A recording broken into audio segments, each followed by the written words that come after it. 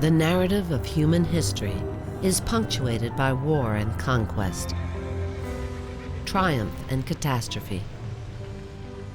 But in the end, what endures? It is not the struggle that is lasting in our consciousness and treasured in our museums. It is the outpouring of creativity and intelligence that is civilization's greatest gift. The true legacy of Islamic culture is revealed in the nuance and ingenuity of its art and architecture. That feeling of the encounter with majesty, the encounter with monumentality, it transcends culture, it transcends history. It is a kind of universal human experience of the arts. We use art, we use architecture to crystallize our deepest emotions and our deepest aspirations for an understanding of our place in the world. These monuments and artifacts continue to inspire us. They herald the finest qualities of Islamic culture and show us the best of individual achievements. Each contributes a crucial part in the ascent of world civilization.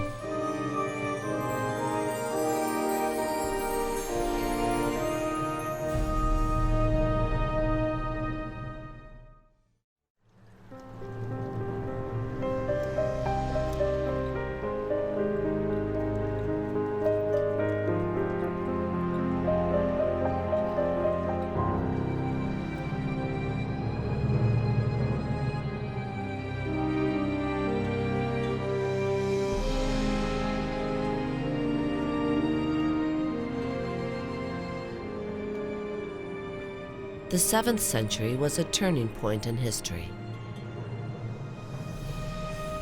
In Europe, the Germanic tribes that had overrun the Roman Empire struggled for supremacy as they shaped their feudal kingdoms. To the east, the once great empires of Byzantium and Persia were weakened by centuries of mutually destructive wars. At that moment, the tribes of Arabia began one of history's greatest revolutions in power, religion, culture, and wealth, united under the new faith of Islam. From its birth in the Arabian Peninsula, Islam spread across the basin of the Mediterranean Sea, eventually reaching from Indonesia to Spain. And from this diverse civilization and the extraordinary wealth of its rulers came an outpouring of artistry. Objects and buildings, gardens and paintings reflect how this new culture grew in a varied and complex world. It's not only about beautiful things. It's not only about looking at specific techniques or how a beautiful object looks in a museum. It's more like a window on a culture. Islamic art is a reflection of the people and the context in which it was produced. And that, of course, makes art even that much more important because it is a reflection of who we are and what we are and will be memorialized in the years to come. The themes that emerged as Islamic art developed show us the similarities in our common cultures, how our techniques and styles are shared and transformed. Well, there are some aspects of art and architecture that are universal, that you don't need to learn to appreciate to get it. So I might have to learn Arabic to read the inscriptions, but I don't have to read Arabic to appreciate the purity of simple black script on a white background on a plate. It is elegance, and it's elegance that speaks through the centuries.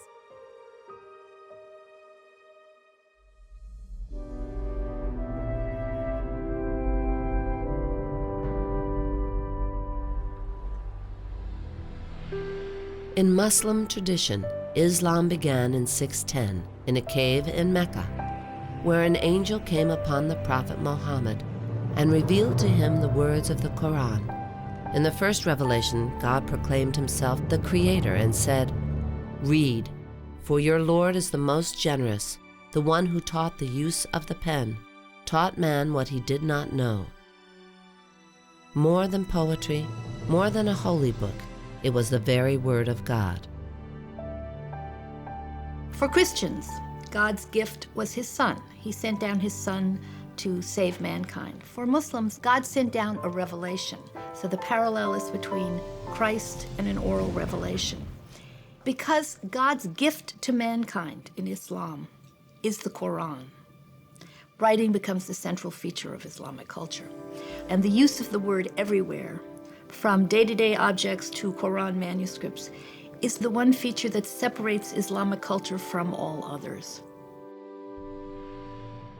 The earliest dated words of the Quran are found in a stone building in Jerusalem, one of the most sacred and politically charged cities in the world. Built in 692, it is called the Dome of the Rock. The Dome of the Rock would have been a familiar building in terms of form. That is, the shape, the arches, the techniques of decoration would have all been within the local Christian vocabulary.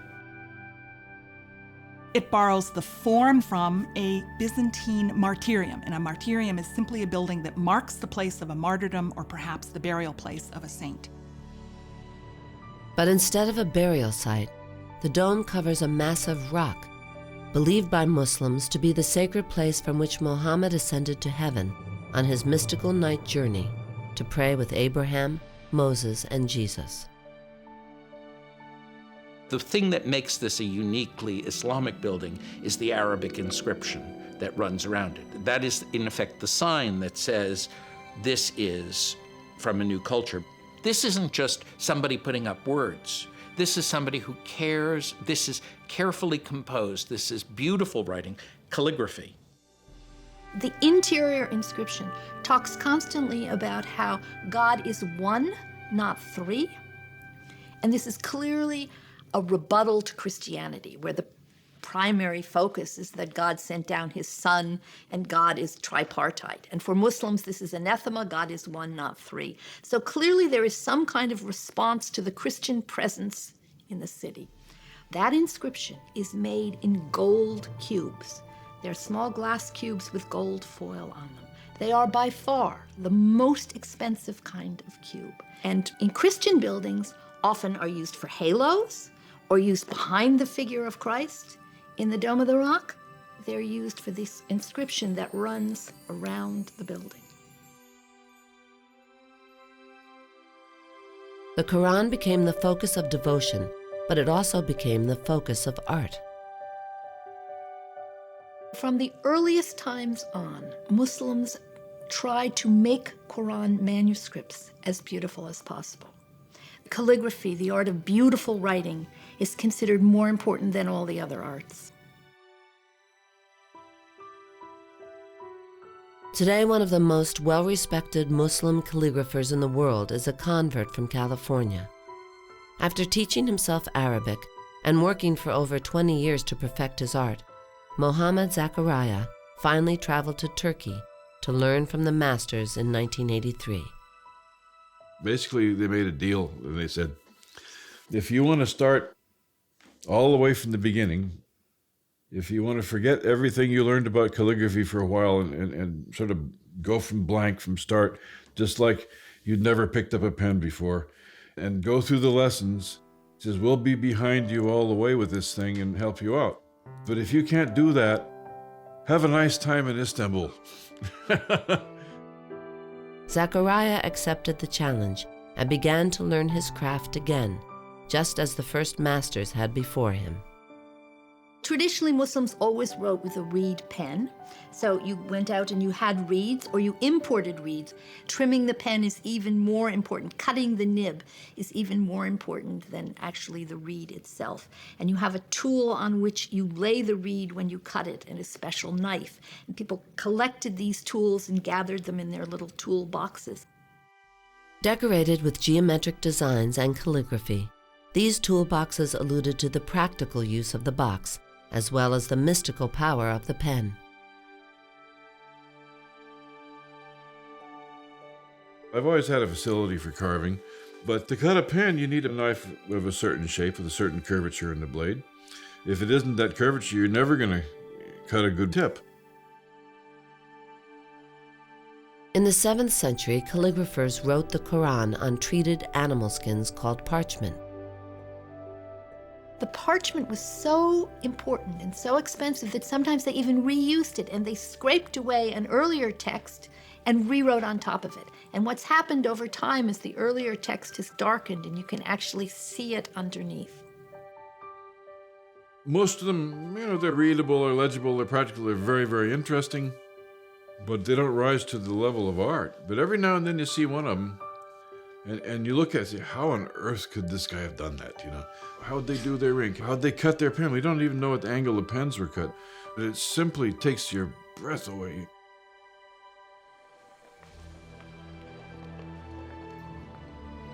Islamic calligraphy was forever altered by a new invention from the East, paper. Paper was introduced into the Islamic world in the 8th century due to interaction between China and the Islamic Caliphate. So the technique of paper making and actual paper makers were transported from China to Islamic lands, and paper just takes off in an Islamic context. Just as important as the pen, the paper must be specially treated and prepared for calligraphy. The man who taught me paper making or paper prep took me aside one day and said, I'm going to show it all to you. The paper is rubbed with a rag that has a bit of soap on it. The soap is dry rubbed on the rag, and it's a wool felt, and it's rubbed all over the paper to give it lubrication. Otherwise, the burnisher would snag the surface and just scratch the heck out of it. You want to have it smooth so the pen will glide across the surface, but you also don't want it slippery. You want to have the paper have a grab to it, just enough. So it holds the pen, doesn't slip, the ink sits on the surface, doesn't penetrate. For the calligrapher, the process of copying the words of the Quran is, in itself, a meditation, a prayer, as God speaks through the pen. And when you write, it just writes itself. Your own connection with it feels minimal because your concentration is concentration without thinking about it being concentration. It's what the old Arabs used to call the sahl al-mumtani, which is the ease that comes from practice that makes the hard thing look easy. Now, it is impossible, if you are writing with a reed pen, to write more than 2 or 3 letters with one pen stroke. You have to recharge your pen. You have to dip it back into the ink. But the point with calligraphy is to not see those strokes, to not see the difference between one and the next, to imagine that it was written with an unending pen. The old guys used to hold their breath under the theory that if you hold your breath when the pen is in motion, the breath goes down into your hand, through the pen and into the paper. And that's what would give it that life, and or breath, as they would call it. You are not looking to see any human interaction. You are looking to see the divine. When you see a manuscript that has all these little marks on it, that's a later manuscript because it's meant to be used by someone who's actually reading the text, not just using it to recall what he already had memorized. We also have chapter headings that are illuminated. Illumination is a very important art form in the production of Islamic manuscripts. It serves to navigate the reader through the different sections of the text. Because calligraphy basically is for reading, It's not really about paper, pens, ink, and stuff like that. It's about meaning. And in my case, I'm an American. Obviously, wherever I go, I'm the pink one, and you see a photograph of all the calligraphers, and I'm in there, and that guy looks really funny, But it's, what am I doing with it? So I try to bring it out, what it means. And for me, that's absolutely the number one thing. I have access to this material, and I have to pass it on.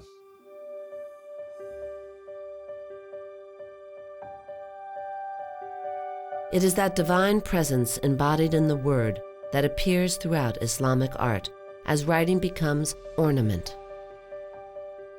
I'm always moved when I hold a plate or a ceramic object or a metal pen case and think to myself, I'm holding the same thing that someone 1,000 years ago or 600 years ago held. I'm repeating the experience. I'm in a different place, a different moment in history. I'm a different human being. Everything about my world is different except that object, and that object comes forward intact. That's very moving. Many buildings in the Islamic world are imbued with the voice of God, as elaborate inscriptions speak from their stone walls.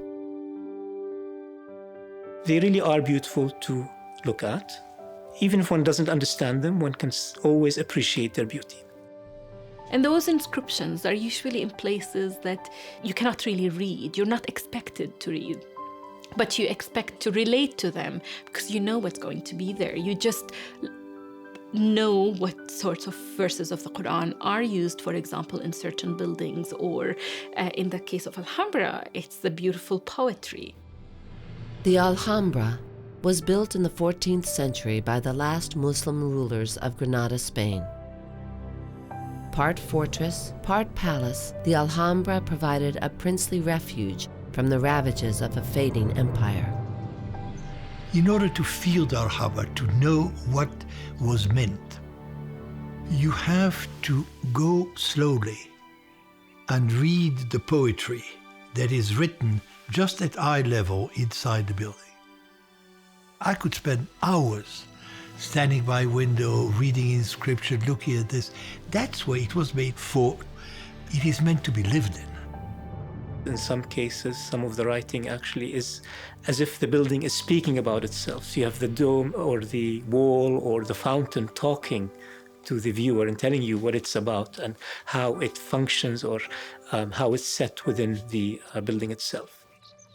The water basin whispers, "Melted silver flows through the pearls which it resembles in its pure dawn beauty. Water and marble seem to be as one." The calligraphy, as it melds into ornament, the boundary between the two is so subtle that they become so extraordinarily good at just weaving shapes in and out of one another. Are these zoomorphic? Do they come out of vegetable life? You can't really tell, and it doesn't make any difference because they arrive at a place that totally masks and has left the place from which they came.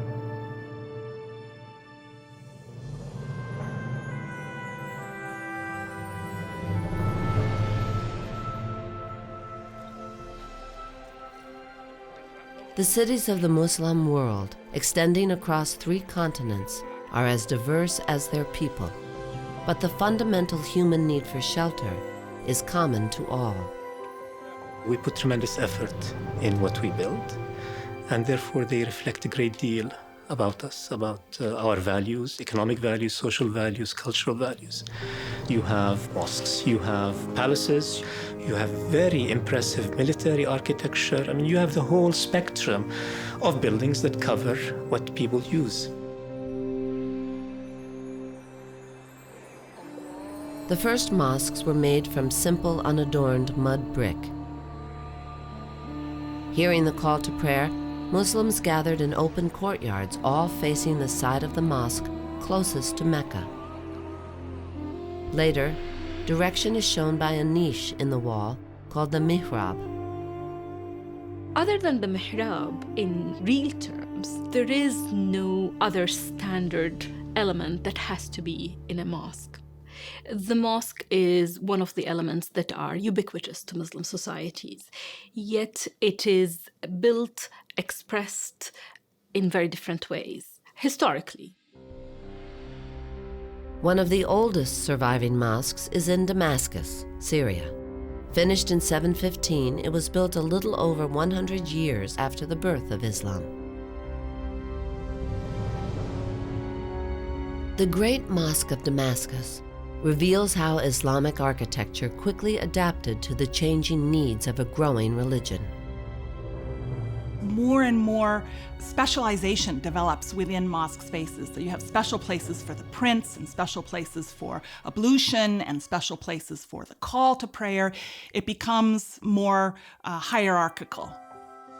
A pulpit called a minbar was added for the reading of the Friday sermon, making the speaker visible to the entire congregation. In order to create a large enough space to house the city's entire Muslim population for Friday prayer, the Great Mosque of Damascus was built in the hypostyle form. The hypostyle mosque simply is the idea of a series of columns built along a grid. So what you end up with is a forest of columns, an infinite space. So you look and you see column after column after column. It's a very spiritual experience. And you find it very often in the mosques that were built during the first 3-4 centuries of Islamic history. Outside in the mosque courtyard, glass mosaics sparkle in the sunlight, evoking a protected and sacred natural space within the stone walls of the mosque. It incorporated the largest service of mosaics ever created anywhere in the world. You have rivers and houses and trees, and some have read that as an expression of Damascus, a city that is known for its Barada River and also for its orchards. Another was that this is the representation of what paradise would be like. So you have that reading of the mosque, which is very interesting. But the leaders of the dynasty that created the wealth and power of Damascus would perish later in the 8th century. After a violent political rebellion, a young Syrian prince named Abd al-Rahman was forced to flee Damascus, narrowly escaping a certain death at the hands of his family's rival. Abd al-Rahman made his way through North Africa and on to Cordoba, Spain, seeking refuge in the struggling European outpost of the Islamic Empire. There, the prince founded a dynasty of his own. His subjects called him al-Dakil, or the immigrant, but Abd al-Rahman made Cordoba his home. As he set out to create a great mosque for his new capital, he used the hypostyle Mosque of Damascus as his blueprint, longing for the Syrian homeland to which he could never return. Abd al-Rahman I, who built one of the masterpieces of Islamic architecture and of world architecture. He had access to older Visigothic columns that he found in Spain.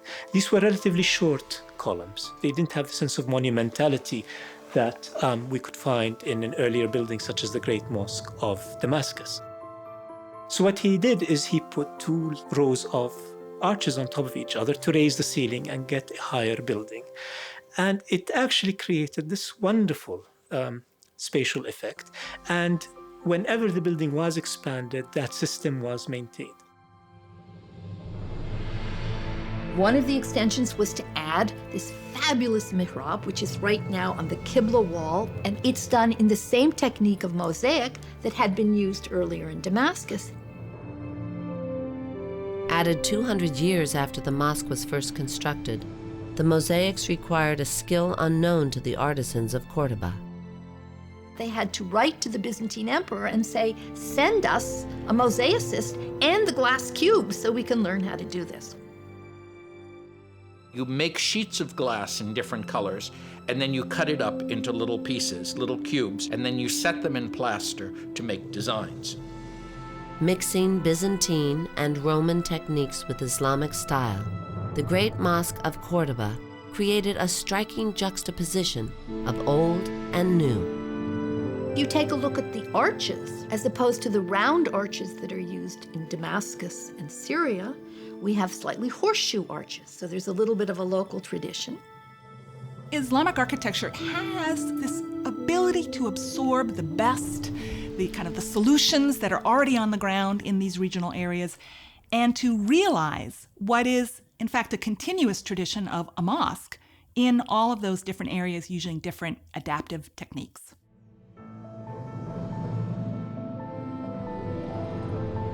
By the 14th century, Muslim Spain had developed its own distinct style of architecture, shown nowhere more magnificently than in Granada's Alhambra Palace.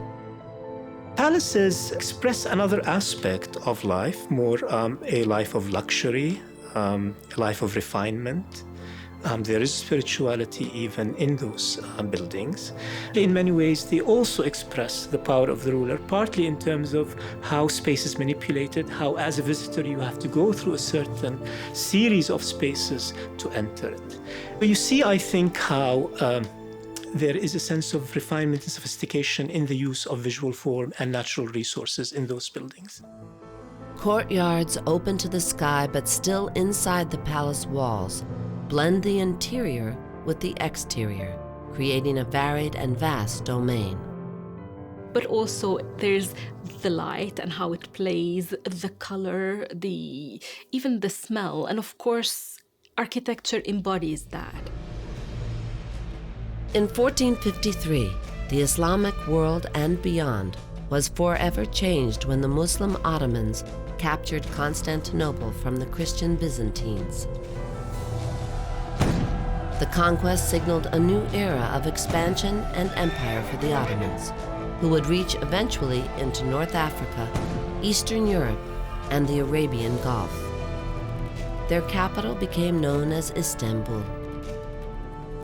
To display their increasing preeminence, the Ottoman sultans created the Topkapi Palace, an expansive court exemplifying royal life for the powerful Islamic empire at its peak.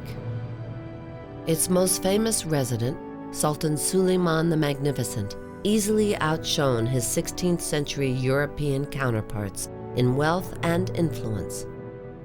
The Ottoman Empire was very hierarchical, and so is the space in Topkapi, that you are moving linearly in toward the most restricted space, which is where the Sultan was. Palaces, of course, were only for the elite. They were for the delectation of the prince and his court and whoever visited him there. So it's part of that elite world of art. A great cultural patron, Suleiman also wrote poetry, espousing the traits of a benevolent prince. Do not sleep. Be awake on your throne. Our strong hands hold the fate of the world. 16th century is a time of princes all over the world making beautiful things in order to compete with each other.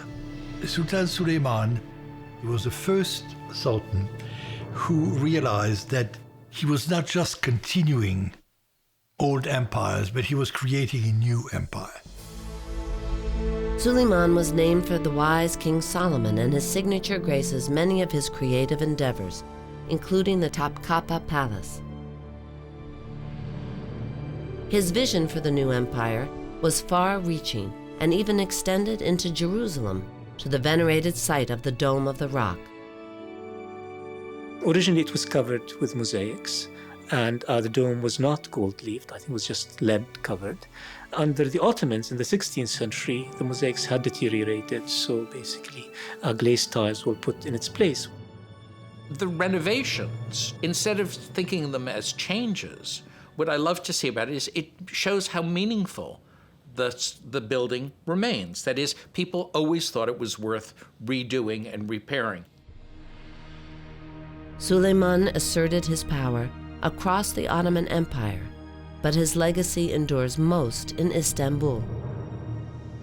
Completed in 1558, Suleiman's imperial mosque, the Süleymaniye, represents the coming together of a great patron and a great architect, Mimar Sinan.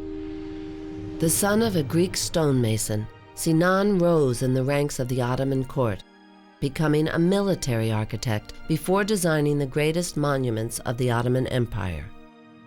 Sinan was trained as an engineer, and you can see his engineering ability come to the fore in buildings like the Süleymaniye. What you have is large, dominating, overwhelming dome that just defines an enormous space beneath it, and the Ottoman, especially Imperial Ottoman architecture, has always emphasized that. The structure is very, very clear, and the ornament is used in a very, very restrained way to emphasize the structure, but not overwhelm it. Perhaps the greatest source of inspiration for Sinan was the nearby dome of the Byzantine church of Hagia Sophia, built in the 6th century and converted to a mosque by the Ottomans.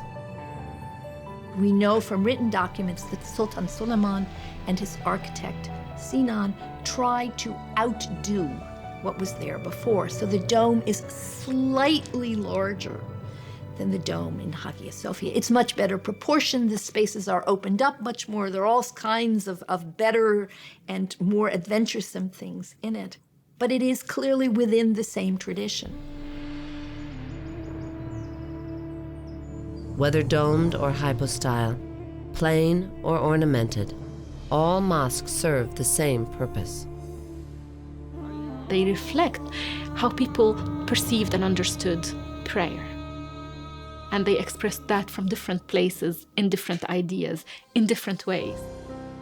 The differences between the very simple mosques and the very complex, highly engineered buildings have to do with local cultural traditions, the availability of materials, and of course the availability of money and technologies. In the West African Muslim country of Mali, the buildings of Djenné evoke the simplicity of early Islamic architecture. Settled between the Niger and Bani rivers, Djenné survives despite the torrents of monsoons and flooding. Shelter has always been made from what is locally available, and during the rainy seasons, Djenné is rich in water and earth. The great Mosque of Djenné celebrates these natural resources.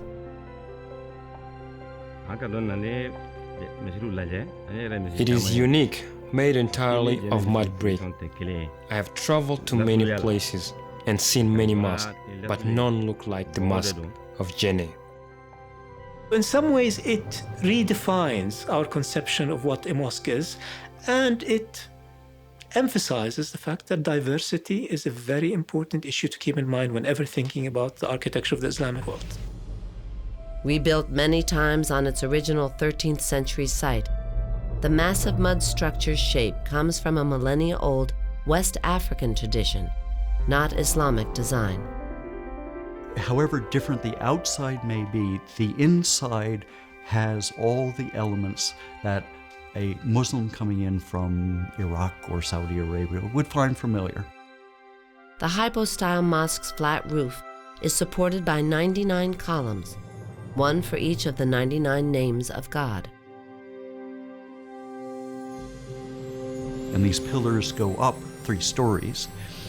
They're not shaped like the pillars of the Greek temple that gives you the image of soaring space. They are quite squat, but still there's this sense that you're in a forest. The light is streaming through, being broken up by this network of pillars. It's a very different light.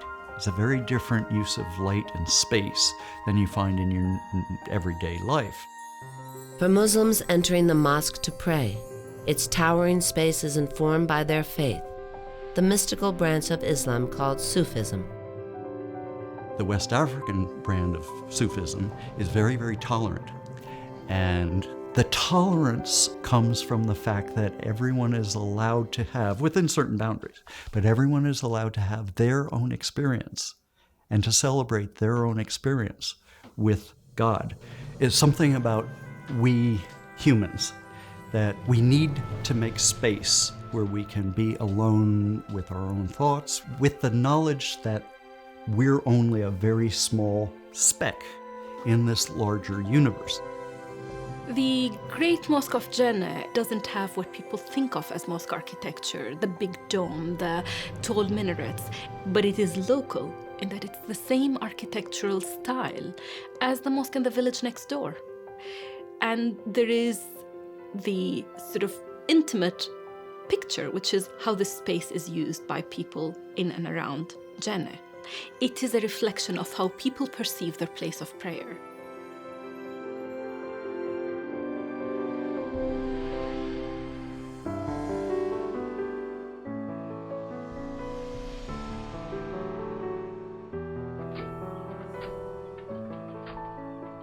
In the hands of skilled craftsmen, threads become stars, words, and arabesques, repeated endlessly over colorful textiles.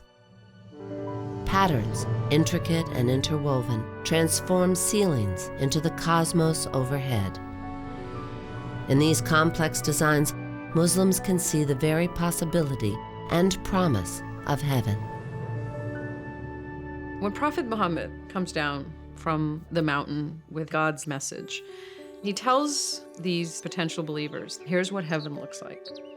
And he uses every flora, fauna aspect that is not in the landscape of these desert dwellers, starting with trees, water, shade, fruit, and of course, what would you do if you had no concept of the afterlife and at that point you're just a pagan worshiping idols of your ancestors? It seems like a pretty provocative message and also promise. So this idea of heaven, the afterlife and what's in there in terms of the vegetal, floral abundance is emblazoned in the minds of most Muslims. What's interesting is the patterns and the leaves and the tendrils and the vines that were used in previous artistic traditions to frame more important things in Islamic art become the subject itself. And I think there is the idea of infinity there, the idea of unending. And what is it that is unending? It is that abundance, the fertility of the earth, the ability to not just survive, but to survive well. The stunning effect of these patterns reflects Muslims' deep interest in geometry. Geometry is a very tricky, very difficult thing because it's something which to us is on the whole rather boring, and they've managed to transform to something quite different. And of course, geometry was very central to Islam because there are so many religious and social practices that are dependent upon geometry. For example, they have to orient their mosque by looking at the stars and making calculations based on geometry to know the proper direction of prayer. They need geometry to determine the times of prayer. They need geometry to navigate as they move through the Mediterranean or through the deserts of Arabia. So geometry is a survival technique. Geometry is important to religion, and it becomes aestheticized in the arts. Ordinary, everyday objects are made extraordinary, embellished with geometric and vegetal designs. Some of the objects that are most delightful to look at today were made for utilitarian purposes. So plates, bowls, pitchers for pouring water that may take very fanciful forms, may have a little bird on it or an inscription around the outside, or it may have a surface that is completely filled with vegetative ornament, this kind of leafy vine scroll ornament or geometrical ornament.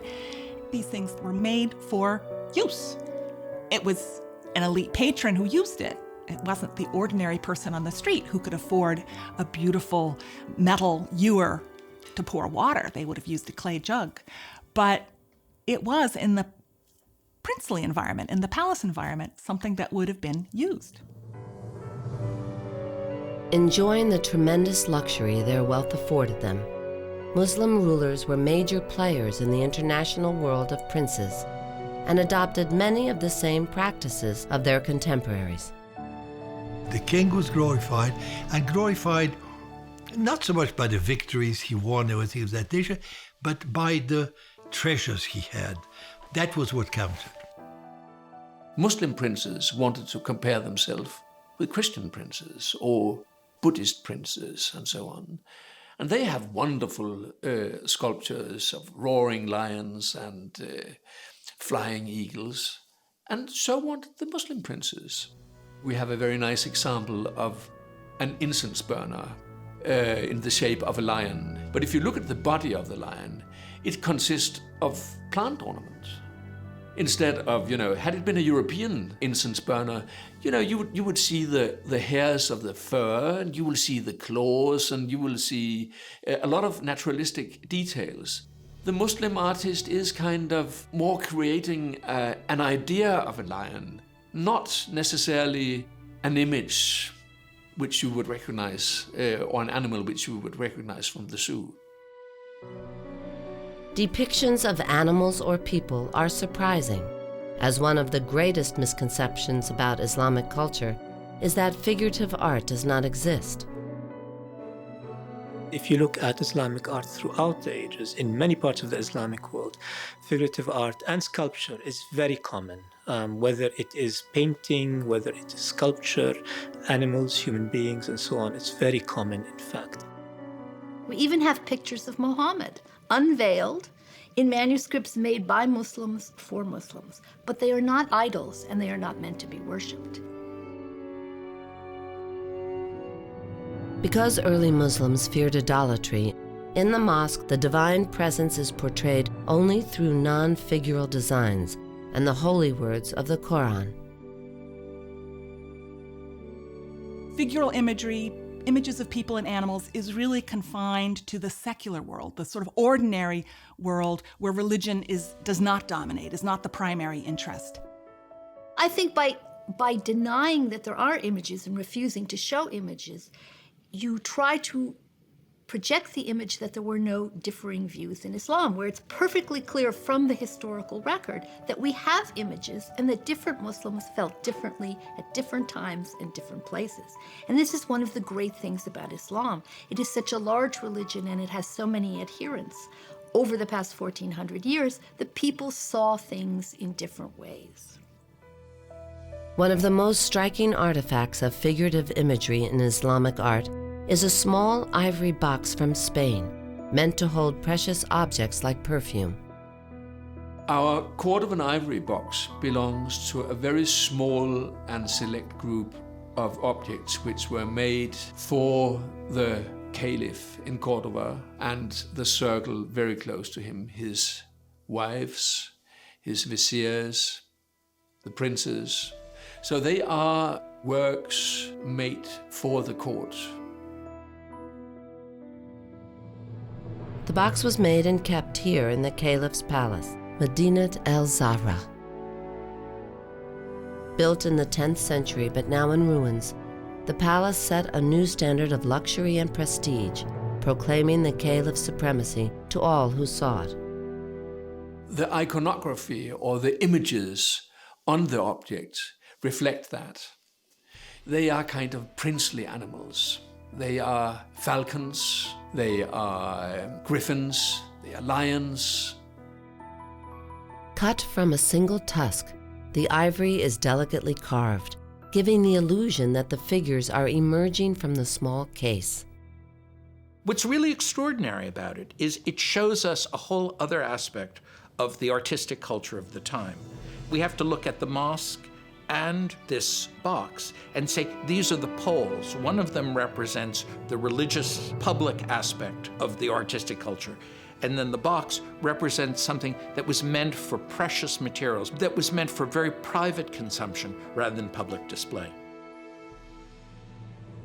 In Spain's Alhambra Palace, the ornament of the box is turned inside out, hidden inside plain stone walls.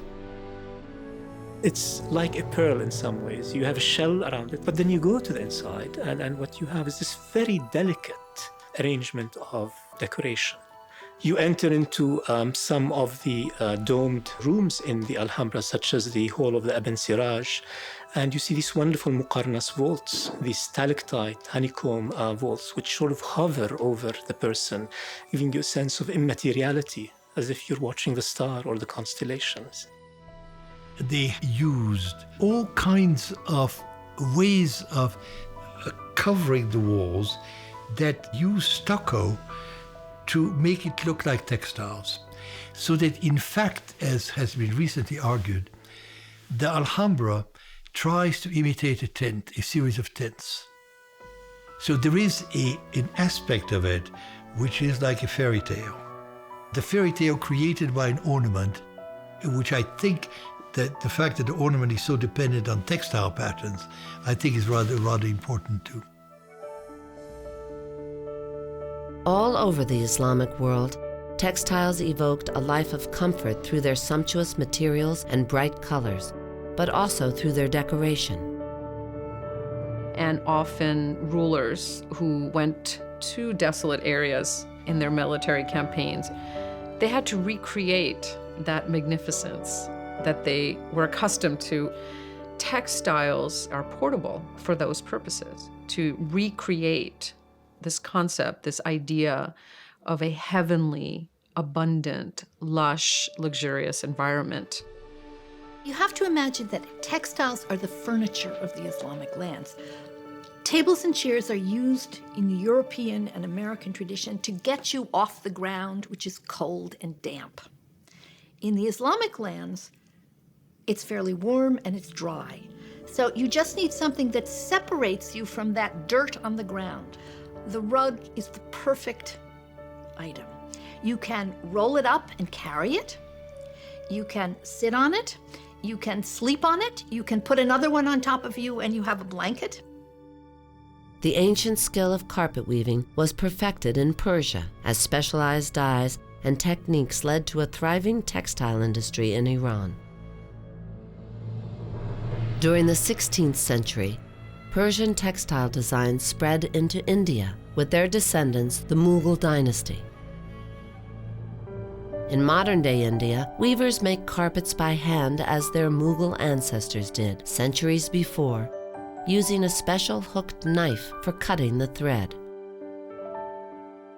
Weaving is always done on a loom. You set up vertical threads, that's called warping the loom, and then you weave in and out horizontally with the weft. So it creates a grid-like pattern. Weaving is basically a geometric technique, so it's very hard to weave a circle. You can knot a circle, just like you can do it on a computer screen, by making the knot so small. And in fact, this is one of the reasons that people invented what's the so-called Persian knot, that's open only on one side, because you could pack more of them together and therefore execute circles or curves or arabesques or scrolls more easily. The Mughals were particular in showing florals, especially to a botanic precision, and also to show, I like to think, the transience of life by showing flowers in their various stages of birth and death. In the Quran, God says to Muslims, to know me, know my creations. And of course, you can't see God. God is never represented in Islamic art, but this sort of instruction to look at his creations deeper and at their essence will get us that much closer to God is another imperative, another objective for representing flora and fauna in Islamic art. That's what makes it also very dramatic, that here is a textile that is dated 300 years from today, and yet still sort of is moving, that you're almost catching it in a moment of transition, that it's not static and it's not still, but sort of speaks of the life that God had put into it. Today, India's diverse heritage is revealed in its art and architecture, as well as day-to-day life. In workshops in Agra, India, Muslim artisans still practice an ancient Roman technique of stone inlay called pietra dura, first adopted by the Mughals in the early 17th century. So in India, we have, again, that display of a willingness to borrow and eclecticism and a kind of cultural intermingling that I think must have been one of the artistic strengths of Islamic art. Using hand-powered machines, as they have for centuries, craftsmen cut and shape tiny semi-precious stones. Then, with astonishing precision, they fit them together, creating arabesques and other floral and geometric patterns. The Mughals' colorful pietra dura designs cover every wall of Agra's tomb of Ihmad-ud-Dawla.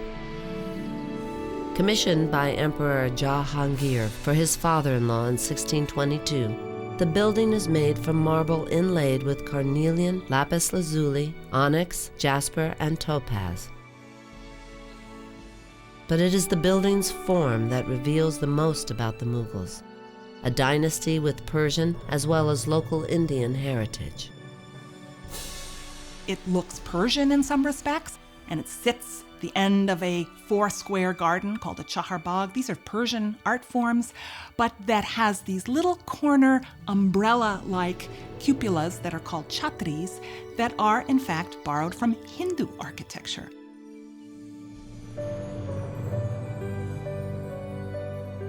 Nearby, one of the most magnificent monuments ever created in Islamic art appears against the sky like a heavenly pearl, the Taj Mahal.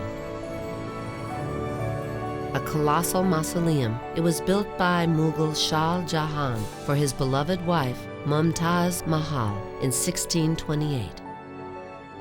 Mumtaz Mahal, first of all, is of Persian heritage and not Indian or mixed Indian heritage. So she hails from a Persian legacy.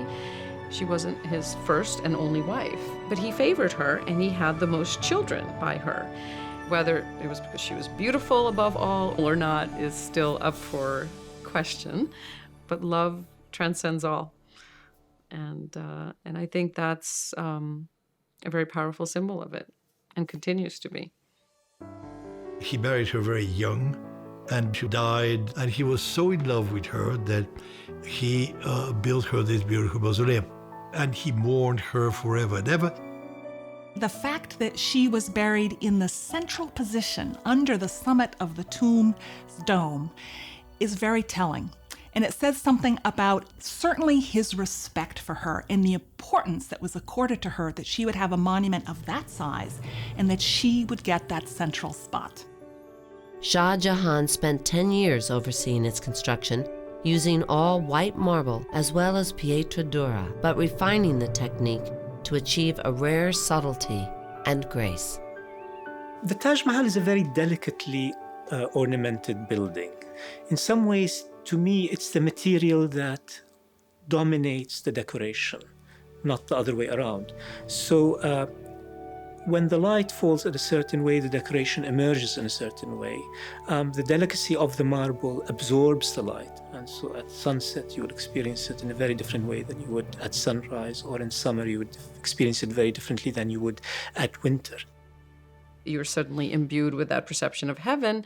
You feel you've entered an otherworldly realm with a monument completely encased in marble, reflecting its ulterior identity in the pool in front of it, showing both realms, heavenly and earthly. And he basically models the entire complex on what the vision of paradise and heaven is. In West Africa, the simplicity of Mali's small village mosques stands in stark contrast to the heavily decorated buildings in the East. Their minimal design of mud and timber is echoed even in the more urban city of Jenne. You look at the Mosque of Jannah, where there is no applied ornamentation, but you have something different. There, the scaffolding is actually built into the building. And that is done for a very practical reason, which is that these mud buildings, these dried mud buildings, need constant maintenance. These beams protrude enough to make a pattern on the wall. So when you look at it, you're not looking only at a plain earth building. When you're looking at it, you're looking at a building that has lines on it, and those lines are making different patterns, mostly in diagonal lines or herringbone pattern. But this pattern changes. It's sort of alive. It reflects the sun and its movement. On the interior, you have almost no ornament at all. The ornament there, if we can call it that, is the play of light through the light wells and how light is reflected on these huge columns that form the corridors inside. That's what the Jenne Mosque is all about to the communicants who go there. They have an experience with God, an unornamented experience with God.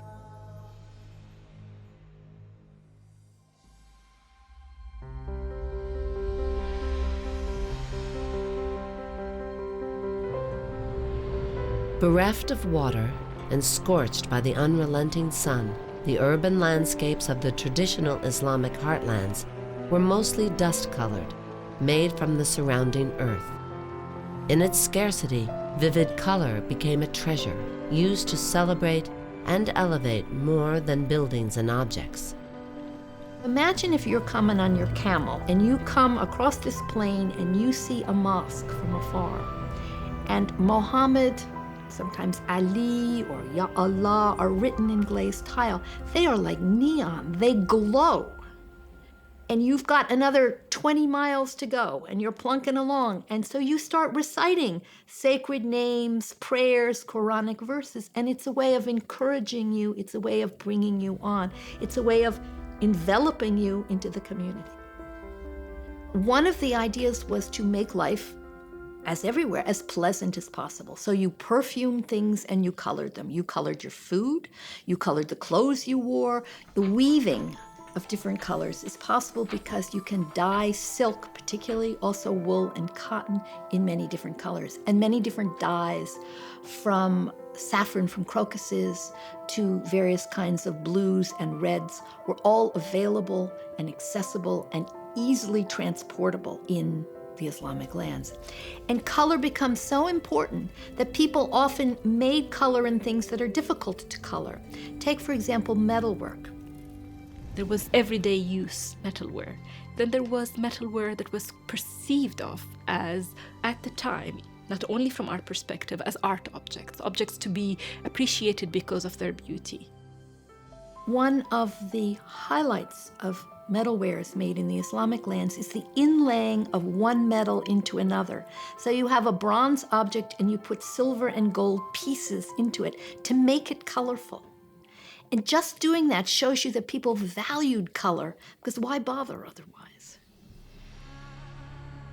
This small painted wooden table from the 11th century was discovered only recently, hidden away for hundreds of years in a cave in Afghanistan. This little piece of secular furniture is an extraordinary survival. We hardly have any secular furniture from the Islamic world at all from the medieval period. The color combinations of the table, reds, blue, kind of greenish colors, black, and then the color of the wood itself where the layer of paint has been cut through, gives an extremely lively, nearly garish appearance to the object. It is stunning. Colorful paints, enamels, and glazes are readily available today, but historically they were extracted from the natural environment and given life by the artist's hands. One of the ways you make color is by grinding up pigments, often metallic pigments, so you can grind up copper and you can get green. For tiling and blue and white ceramics, you need cobalt. And the biggest sources of cobalt traditionally were in Iran. So we think today of Chinese blue and white ceramic. That cobalt and the idea of blue and white ceramic actually comes from Iran. The Iranian city of Isfahan, poised between the east-west trade routes, became a burgeoning center of ceramic arts in the 16th and 17th century. Isfahan's Sheikh Lutfallah Mosque, with its striking blue tiles and ornamented dome, was built in 1618 by the great Persian ruler Shah Abbas. Used only as a private mosque for the Shah's royal court, it wasn't until centuries later, when the building was opened to the public, that its magnificence was revealed to the world. The ornament is some of the most colorful and complex tile work ever created. They would take tiles and break them and then rearrange them so that you would have a more intricate, rich play of light and color. And you see that in this mosque, where in some ways the building is dematerialized completely. You no longer see the building as a special form or a special space, but more as basically an overwhelming surface of color and light. Just enough light comes in to bring the mosaic tiles to life. While if there was more light coming in, it probably would overwhelm them and you would lose the effect of the tiles. But here, the right amount of light only is let in. Faced with the labor of cutting each mosaic tile by hand, the mosque's architects adopted a more efficient glazing technique that allowed designs to be painted directly onto the tile. They were thinking of how to transfer ideas. They were experimenting. They were the daring artists of the time because they're introducing new ideas and new techniques. In this new technique, potters painted an outline of the design with a mixture of mineral pigment and grease before filling it in with colored glazes. Once fired, the grease would burn off, leaving a thin line to separate the colors. Inside their private palaces, like the Chahel Setoun, the Shahs of Iran used color in a very different way, with figurative paintings of epic tales from their own history. This fresco commemorates the Battle of Chaldiran, when the Persians bravely faced the Ottoman army in 1514. Outnumbered and fighting only with traditional weapons against the firearms of the Ottoman soldiers, the Persians suffered a devastating defeat, losing more than 5,000 men. In the secular environment, in bathhouses, in palaces, in the private tradition of manuscripts that are not Qurans, not prayer books, but rather storybooks or historic or epics or historical narratives or scientific manuals, for example, there are lots of images of people. These were made in the court, and they were not made, this is the important point, they were not made with the same obvious externalization that happens in Western art. This was not for a public. The public probably didn't even know of the existence of these paintings. With high drama and emotion, illustrated narratives tell the tales of the prince's distant ancestors, linking them symbolically to the wise rulers of the past.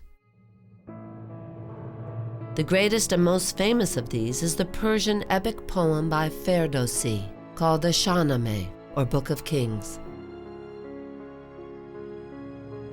Mythical figures like Rostam are recounted as heroes, cloaked in animal skins, slaying demons, and saving humanity from the evils of the world.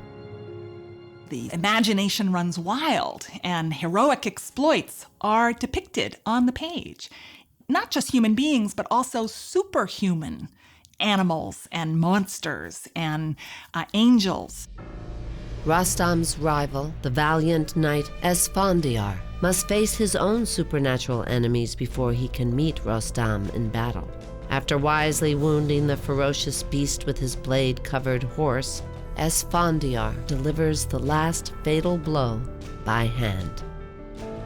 You have the monster with its striking wings and color, and the clouds that look like the monster. And this is where the talent of the composition comes in, where details repeat itself, echo each other in the image. Here you have very slowly to start looking, and then you start drowning within those images. Finally, after much bloodshed, Rostam is able to conquer the invincible Esfandiar by discovering his only weakness, his eyes. One double-pointed arrow silences his opponent forever. The Shahnameh recalls great battles of the pre-Islamic past. It also recounts great love stories. It has a certain sensitivity to the human condition, much like we see in the work of Homer, for example. The Shahnameh was so beloved that other characters like the 5th century Persian prince Bahram Ghor took on new life in romantic epics. In the poem Seven Beauties by Nezami, Bahram Ghor asks an architect to build 7 pavilions for the 7 princesses he admires from afar. As he visits each one, the pavilion's colors are used to illuminate the prince's own spiritual journey. Poetry, like art, is a mirror, reflecting the invisible world of the human spirit. The central part of this beautiful poem is his entering 7 pavilions and being entertained by a princess in each pavilion. And each pavilion is identified, distinguished by a certain color. And these colors are related to a progression of going from a point of just thinking about oneself and not being enlightened to enlightenment. These Persian art forms spread as Islam blossomed in India under the Mughals. There was a lot of strong contacts and interests between Iran and Mughal India in this period. And we have a lot of interaction, a lot of movement of poets and artists going between these two empires. And that's how ideas are transmitted, that's how techniques are transmitted, and goods. By the 17th century, under the reign of Emperor Jahangir, Mughal art and architecture was flourishing. The monuments built during his reign reveal how Islamic heritage took new forms, influenced by trade. Jahangir himself admired and collected European and even Christian art. And that probably has a lot to do with the Portuguese, the Jesuits, who had already come to India in Jahangir's reign, bringing gifts. Along with gifts, they're bringing illustrated Bibles. And of course, in the hopes to, they're proselytizing, hopefully converting these great emperors of this great empire. And of course, the emperors are accepting these gifts. They're very gracious. They're very thankful. So the reservoir then becomes quite rich from where the artist is drawing. Here, a Mughal painter experiments with the Western concepts of perspective and shading, while using local materials. The colors are all derived from pigments, natural pigments, and even semi-precious stones. The blue especially is from lapis lazuli, which comes from Afghanistan. But most of the reds, the yellows, the white is all naturally derived and is indigenous to the place in which the painting is created. Indian yellow is a mixture of the urine of cows that are fed on mango, and that's bound with water and also a gum, Arabic, and mixed together, and it creates this incredibly vibrant yellow. It is in Jahangir's illustrated memoir that the growth and sophistication of Mughal painting is most clearly seen. In this work, he's shown with a halo, and that links him to the Western art, and specifically Christian art. He is above everyone, even though everyone is dressed in their finery and they are individualized. That beautiful blue basically winds us back to our primary focus, which should be the emperor and nobody else. And colors in Islamic art are very moving. The very sumptuous, lush, almost supernatural colors that transport you to another place that is not earthly.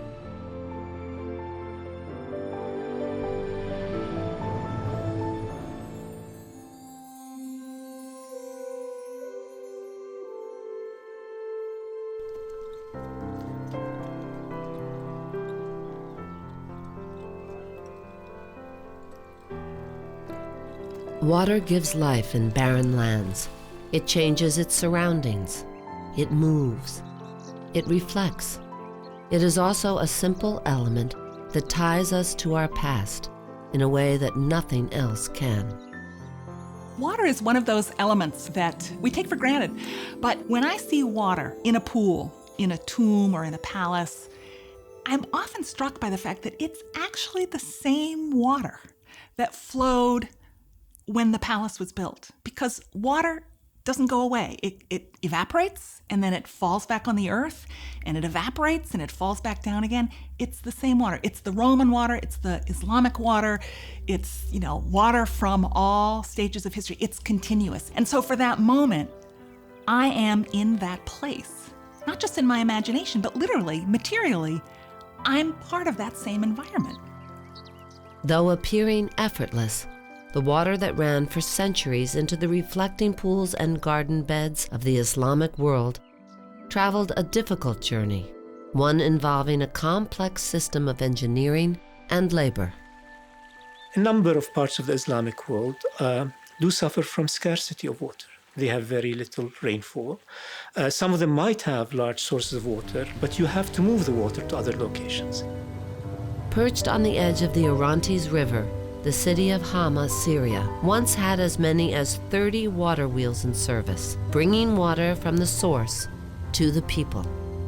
We have these wonderful, enormous water wheels, which could be 20 meters in diameter or 60 feet in diameter, and they would carry the water from the bottom, from the river up to the top of the water wheel, and then from there it would be transferred to aqueducts or to canals, and then it would feed various other parts of the city, whether for agriculture or for residential use, and so on. There's a very important verse in the Quran that often is repeated, which is that God has made everything alive through water. So it's actually a very even simple and basic principle, which is water is life. Through irrigation, an otherwise dry landscape is made doubly productive in that you can grow crops through the summer, you can grow crops through a time of the year when you wouldn't ordinarily have any crops at all because of this ability to manage water. In more arid climates like Iran, the challenging desert topography spurred innovation. One of the wondrous engineering feats of this part of the world is the subterranean aqueduct, called in Persian a qanat, in Arabic a khatara, probably invented in Iran already in the 4th century BCE, but certainly developed in the Islamic period and brought from Iran all the way to West Africa and then, in fact, to the New World. From above, qanats appear as a series of large crater-like holes in the earth. Workmen were lowered into these access points, some as deep as 150 feet, to tap the water's source in the heart of a mountain. Then, by hand, they cut through the earth to create a long tunnel. You bring this water 25 miles underground on a slightly sloping path, and then you bring it out whenever you want to water your field. The management of that water requires a very careful understanding of slope, because the cardinal rule about water is it flows downhill. If it flows too fast, you lose your water because it spills over the edges. If it flows too slowly, you have a stagnant pool and it doesn't go where you want it to go. In Kairouan, Tunisia, water flowed from aqueducts into massive reservoir basins. Built in the 9th century, these highly sophisticated collection pools provided water that was both fresh and filtered. They're quite sizable. You have a small pool and then a large pool. And the idea is that the water which is brought in from another location goes into the small pool. There, the sediments basically settle, and then it moves into the larger pool where it is stored for the use of the residents of the city.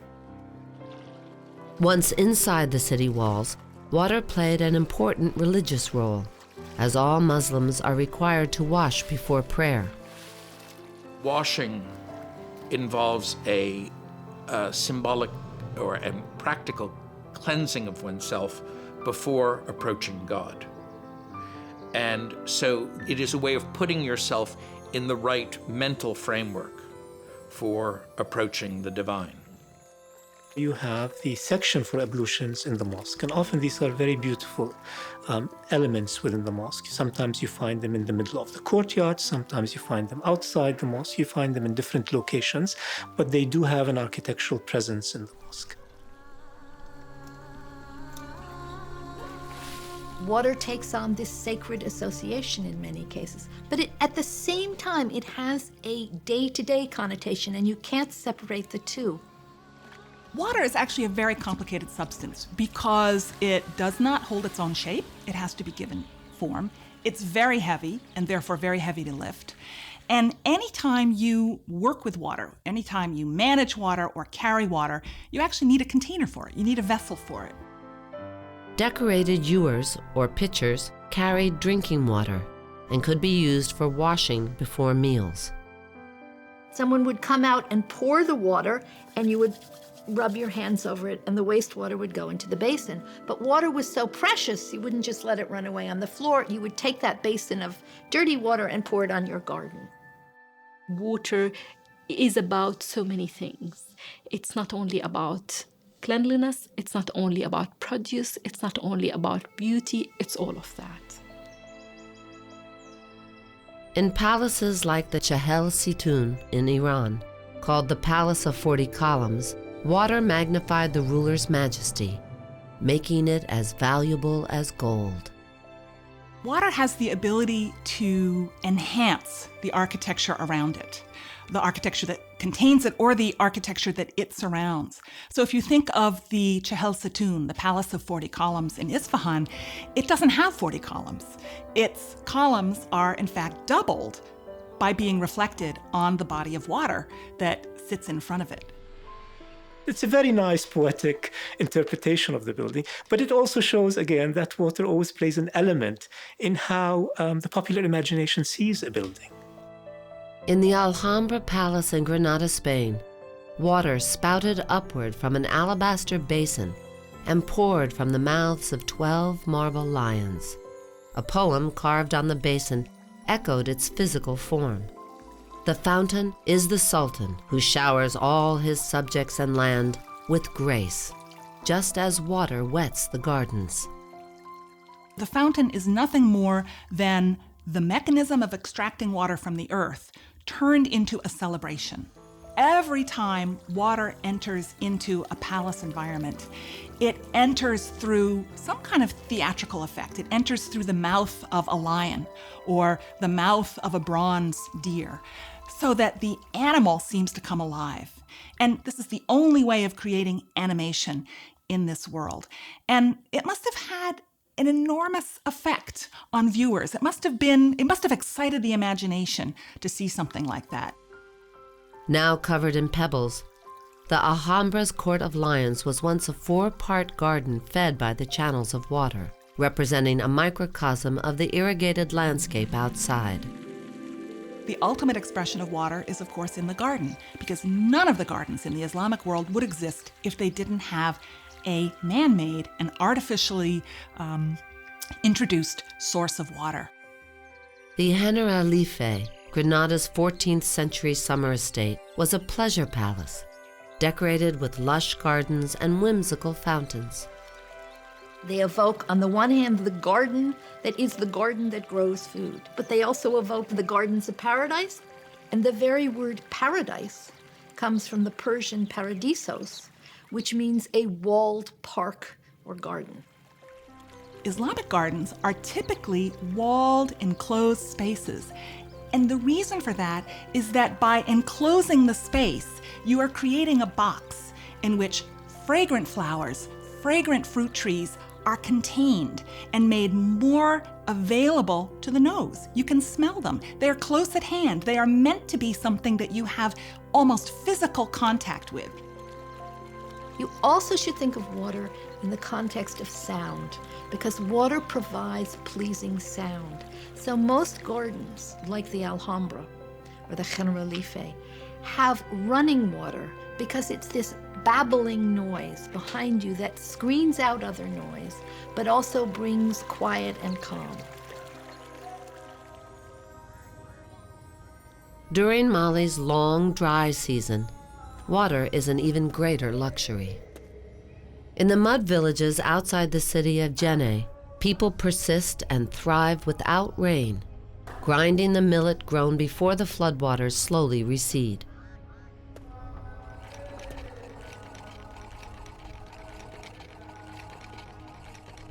In the hands of an artist, water becomes a medium for creativity, used to shape and build the world around them. For over 4,000 years, people have used the sun, the earth, and water to create mud brick or adobe buildings. The word adobe itself comes from the Arabic word for mud, al-tub. The city of Jenne is actually an island in a vast floodplain. Here, water is both a blessing and a curse. And here, the buildings tell a story of survival and community. This part of West Africa has a very long dry season and a short wet season, rainy season, only about 2.5, sometimes 3.5 months. But the rains are monsoonal rains, so they come in torrentially.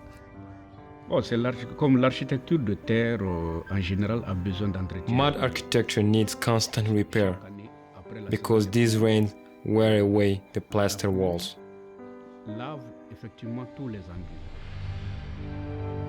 The Great Mosque of Djenné is the largest adobe structure in the world. You see the mosque, and there are very few sharp corners. Everything is softed, everything is rounded. That's, in part, a good protection, but it's a tribute, if you will, to the force of the rains and the force of nature in that sense. This mosque is very important, not only for me, but for all the Malians, because it shows how creative and how ingenious our masons are. The masons of Djenné mix earth and water with a vegetable fat called shea butter to shape the cylindrical mud bricks which form the skeleton of the mosque building. There is a very long archaeological tradition that goes beyond a millennium of dealing with these traditional mud bricks. And the traditional mud bricks are the signature of the baryton, or the masons of Djenné. They're cylindrical bricks, they're about 20 centimeters high, and they're laid vertically in rows, but they're extremely hard. In order to protect them from erosion during the heavy rains, mud plaster is continuously applied to the traditional bricks by masons who scale the timber scaffolding. The timbers not only serve as decoration, they also serve as a tool to create, to build the mosque, to replaster it, and to make repairs on the mosque. They let this mud and the grain and the butter ferment for weeks. And it's really foul smelling, but it's once it's put on, it's as hard as regular Portland cement. The Mosque of Djenné is eternal in a different sense. And it is in that act of rebuilding and renewing and replenishing it that its importance is found.